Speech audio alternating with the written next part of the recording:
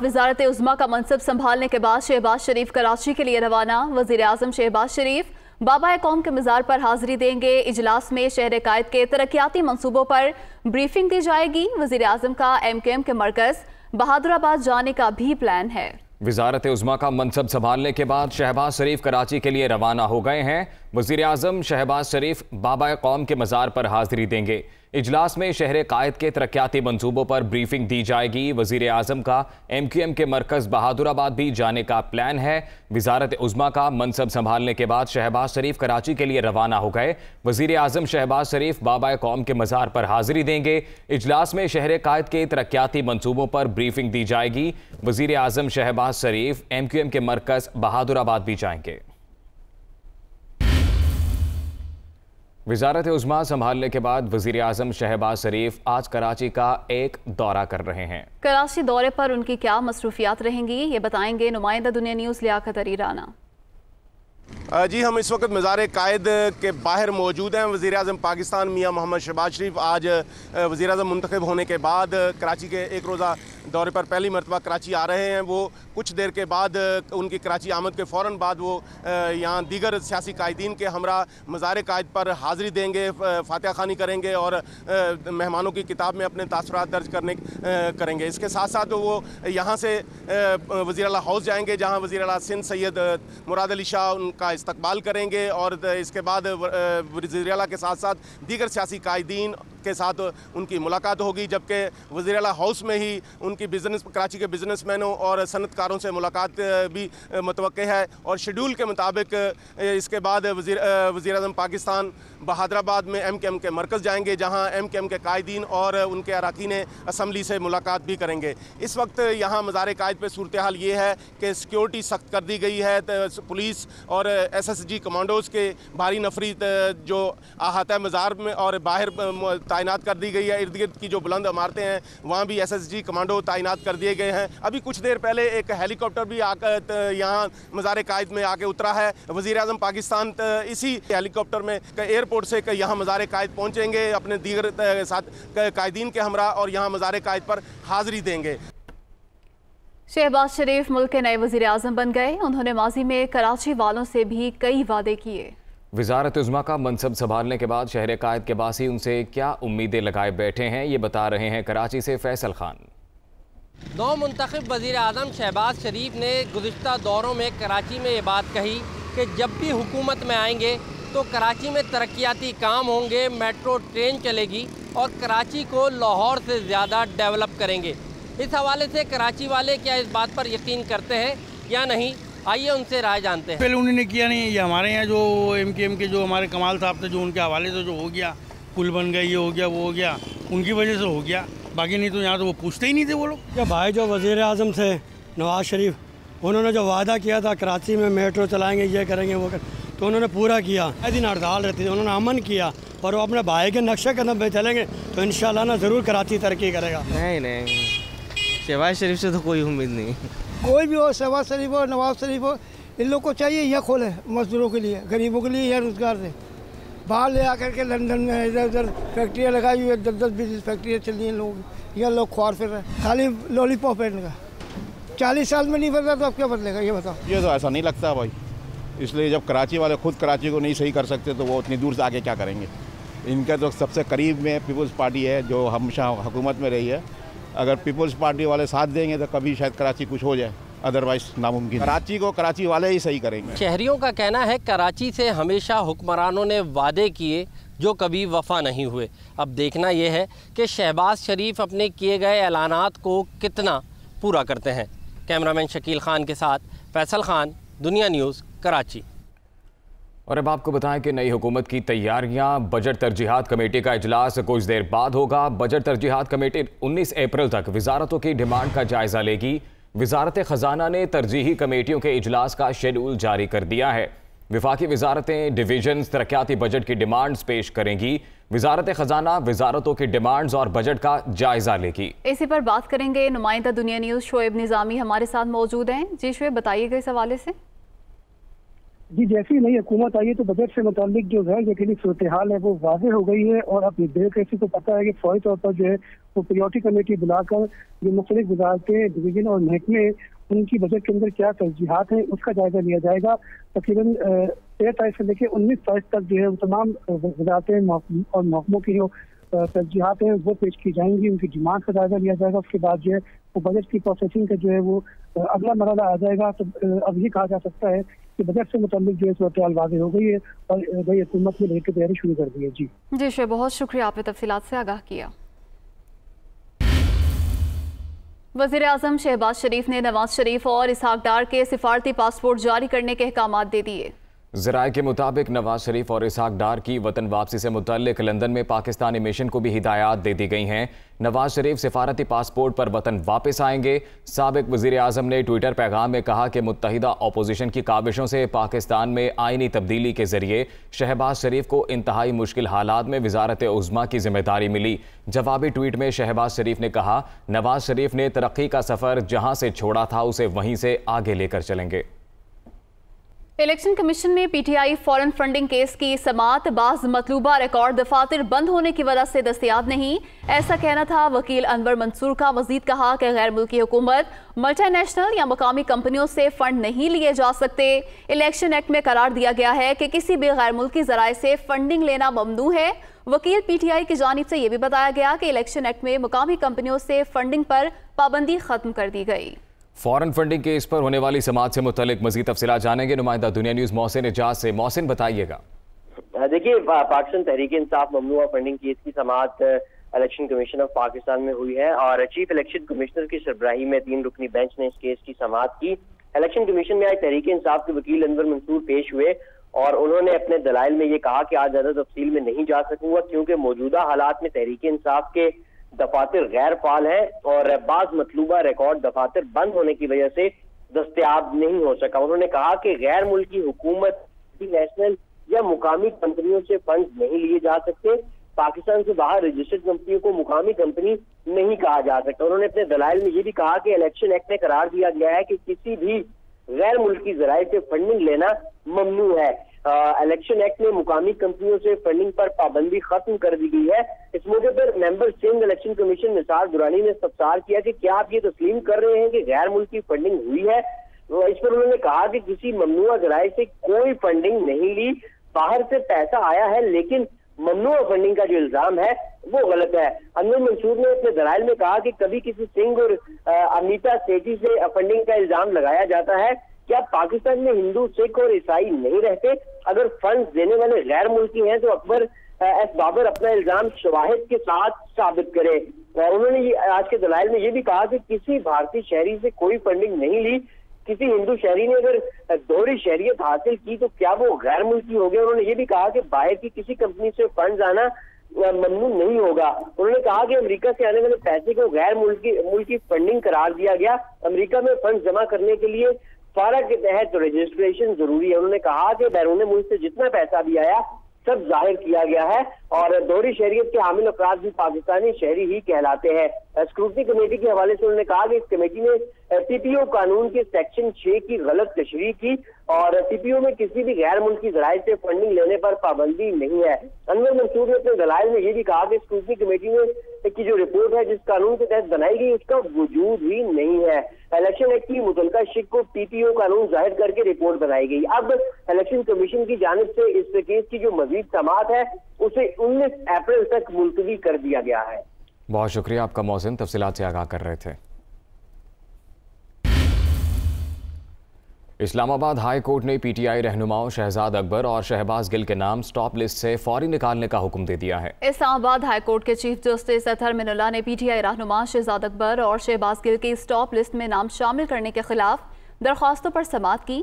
FIA हुकाम ने बताया कि इस्लामाबाद जोन की सिफारिश पर शहजाद अकबर और शहबाज गिल का नाम स्टॉप लिस्ट में शामिल किया गया। अदालत ने FIA को शहजाद अकबर और शहबाज गिल को हरासा करने से रोकने का हुक्म देते हुए 18 अप्रैल तक जवाब जमा कराने की मोहलत दे दी। आगे बढ़ेंगे। पीटीआई आज पेशावर में सियासी ताकत का मुजाहिरा करेगी। पेशावर के रिंग रोड पर पार्टी चेयरमैन इमरान खान जलसे से खिताब करेंगे। जलसा गाह में क्या तैयारियां जारी हैं ये बताएंगे नुमाइंदा दुनिया न्यूज़ जाकिरुल्लाह। जी बिल्कुल, आज पाकिस्तान तहरीक इंसाफ की जानिब से पेशावर के रिंग रोड पर पावर शो का मुजाहरा किया जाएगा, जबकि यहाँ पे पावर शो के लिए तैयारियाँ भी मुकम्मल की जा रही हैं, जबकि जलसागाह में तैयारियों का सिलसिला जारी है। ये बताया जा रहा है कि 30 फीट तक ये ऊंचा स्टेज है ये तैयार किया जा रहा है, जबकि इसकी चौड़ाई भी 20 फुट तक है। यहाँ पे चेयर्स भी लगाए जा रहे हैं, जबकि डीजे बट यहाँ पे पहुँच चुका है और वो डीजे सिस्टम भी यहाँ पे नस्ब कर रहे हैं। लेकिन यहाँ पे हम ये बताते चले कि यहाँ पे ये जलसागाह में की तैयारियाँ जो है ये अफ्तारी तक मुकम्मल की जाएगी और यहाँ पे अफ्तारी के बाद यहाँ पे कारकुनान भी जमा होना शुरू हो जाएंगे और इशा के बाद यहाँ पे बाकायदा तौर पर जलसे का आगाज़ किया जाएगा, जबकि 9 बजे के करीब यहाँ पे इमरान खान भी पहुँच जाएंगे और 9 बजे के बाद वो यहाँ पे कारकुनान से खिताब भी करेंगे। मुंतज़मीन के मुताबिक यहाँ पे तकरीबन 10,000 कुर्सियाँ जो है वो लगाई जा रही है, जबकि तकरीबन 1,000 पुलिस एहलकार जो है वो इस जलसागाह में सिक्योरिटी के फ़राइज़ सर अंजाम देंगे। जबकि ये बताया जा रहा है कि ज़्यादातर कारकुनान जो है वो अफ्तारी के बाद यहाँ पे पहुँचेंगे और इशा के बाद यहाँ पे बाकायदा तौर पर जलसे का आगाज़ किया जाएगा। जी, opposition leader Sindh assembly Halim Adil Shaikh के खिलाफ थाना मेमनगोट पर 2 दहशतगर्दी के मुकदमात से मुतल्लिक समाअत 11 मई तक मुलतवी कर दी गई है। हलीम आदिल शेख कहते हैं इम्पोर्टेड हुकूमत मुसल्लत की गई,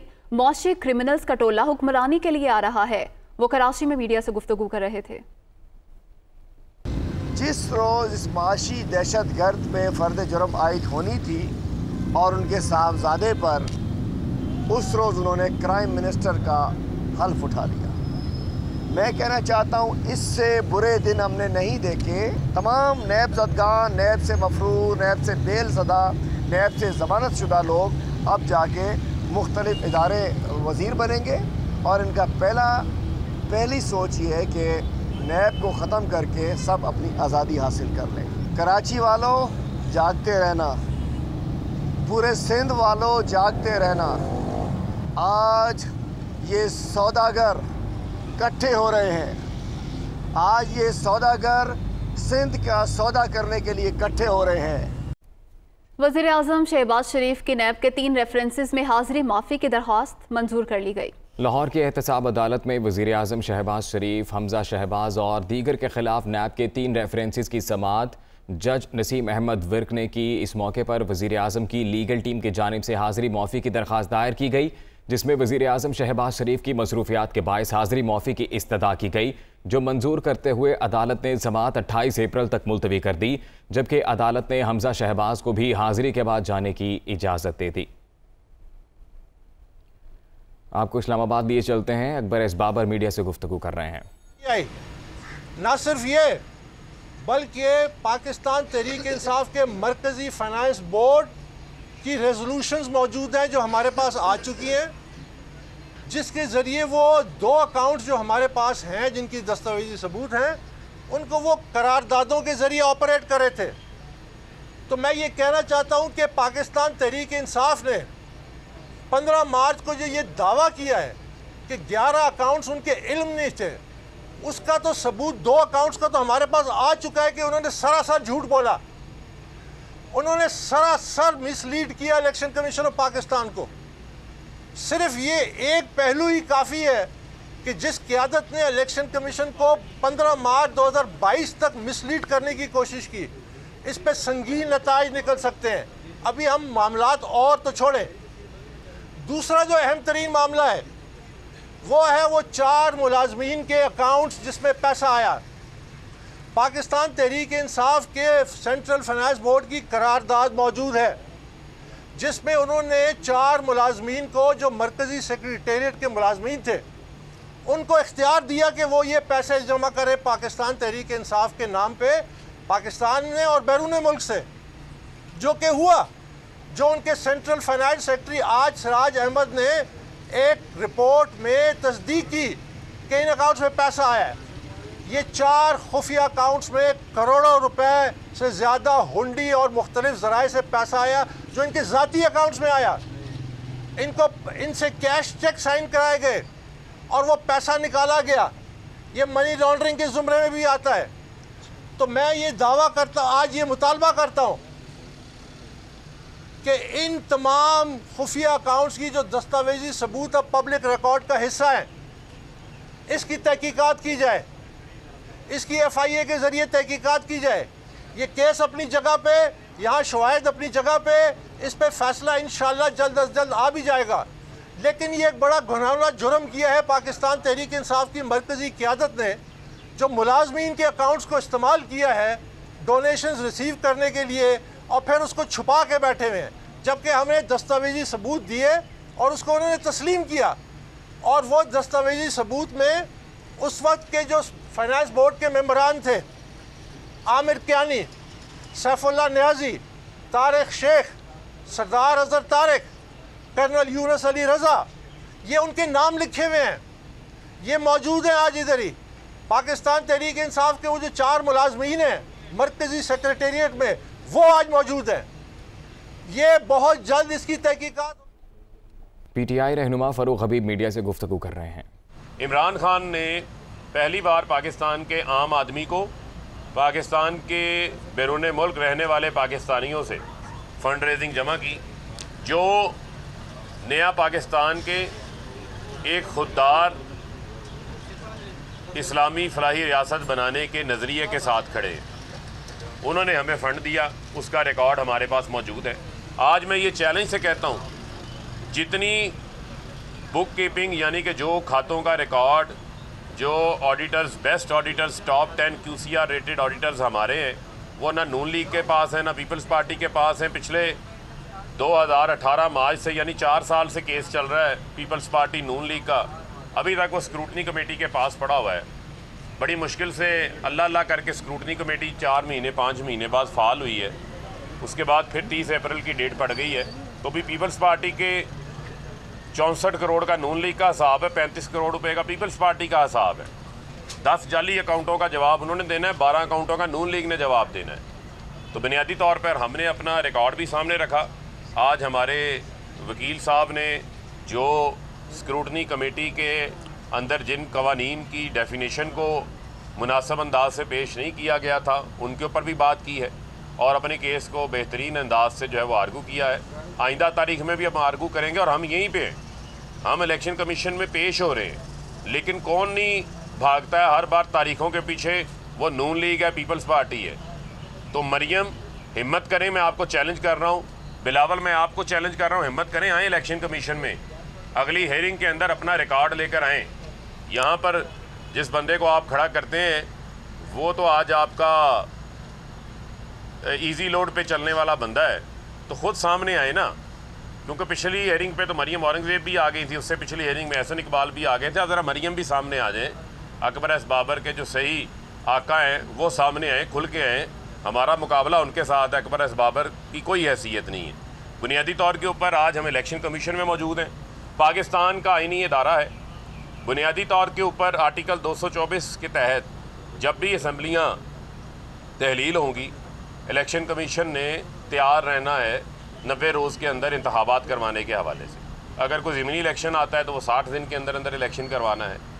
अब आपके इल्म में है कि हालिया दिनों में जब असम्बलियाँ तहलील हुई, मामला सुप्रीम कोर्ट के अंदर गया, उस वक्त एक बयान सामने आया कि अक्टूबर से पहले जो है वो इंतखाबात जो है वो मुमकिन नहीं है। हमने 2017 की जो मरदमशुमारी थी, जो सेंसस था, उसकी बेस के ऊपर 2018 की हल्का बंदियाँ हुई और उसके अंदर हमने एक फुल स्टाफ भी चेंज नहीं किया। उसी को जो इंटरम मरदमशुमारी थी उसी को CCI ने जो है वो अप्रूव किया। फिर एक सूबे का एतराज़ था, वो असम्बली के जॉइंट सेशन में गया, वहाँ से भी क्लियर हो गया। अब अगर हल्का बंदियाँ करनी दरकार है जो कि फाटा की वजह से, तो वो इतना बड़ा को प्रोसेस नहीं है, कोई नंबर्स चेंज होने। वो किसने करनी है, किसकी ज़िम्मेदारी है, किसकी आइनी ज़िम्मेदारी है, वो इलेक्शन कमीशन की ज़िम्मेदारी है। अब ये नहीं हो सकता कि आज ऐलान हो जाए और आइन कहता और 90 रोज़ के अंदर इंतखाबात करने, और आप कहें कि हम 7 माह से पहले इंतखाबात नहीं करवा सकते, तो उस वक्त फिर बहुत सारे पाकिस्तान की आवाम के जहनों के अंदर सवालात जो हैं वो उठते हैं। और मैं समझता हूँ कि पाकिस्तान का हर आइनी इदारा अपनी ज़िम्मेदारी पूरी करने के लिए उसको हर वक्त हमातन तैयार रहना चाहिए। अगर कोई दुश्मन मुल्क हमला करता है, हमारी अफवाज पाकिस्तान जो हमारा फ़ख्र है, वो हर वक्त उस हमले का मुंह तोड़ जवाब देने के लिए तैयार रहते हैं। वो ये तो नहीं सोचेंगे कि हमारी तैयारी नहीं है, हमारे ऊपर को हमला कर गया। इसी तरीके से इसी तरह जिम्मेदारी है, ये बुनियादी जिम्मेदारी है। आइन के आर्टिकल 17 के अंदर लिखा हुआ है कि बुनियादी जिम्मेदारी है, साफ और शफाफ इंतखाबात इलेक्शन कमीशन ने करवाने, ये इलेक्शन कमीशन की जिम्मेदारी है। और जो मुल्क के अंदर हालात हैं, जिस तरह एक बैरूनी साजिश के तहत पाकिस्तान के अंदर एक इम्पोर्टेड हुकूमत को जो है वो नाफिज किया गया है, एक ऐसा क्राइम मिनिस्टर बैरूनी साजिश के तहत पाकिस्तान के अंदर लाकर बिठाया गया है जिसके मुंह में ज़ुबान ही नहीं है। कल भारत और अमेरिका से बयान आता है कि पाकिस्तान दहशतगर्दों के ख़िलाफ़ कार्रवाई करे। आज तक हमारे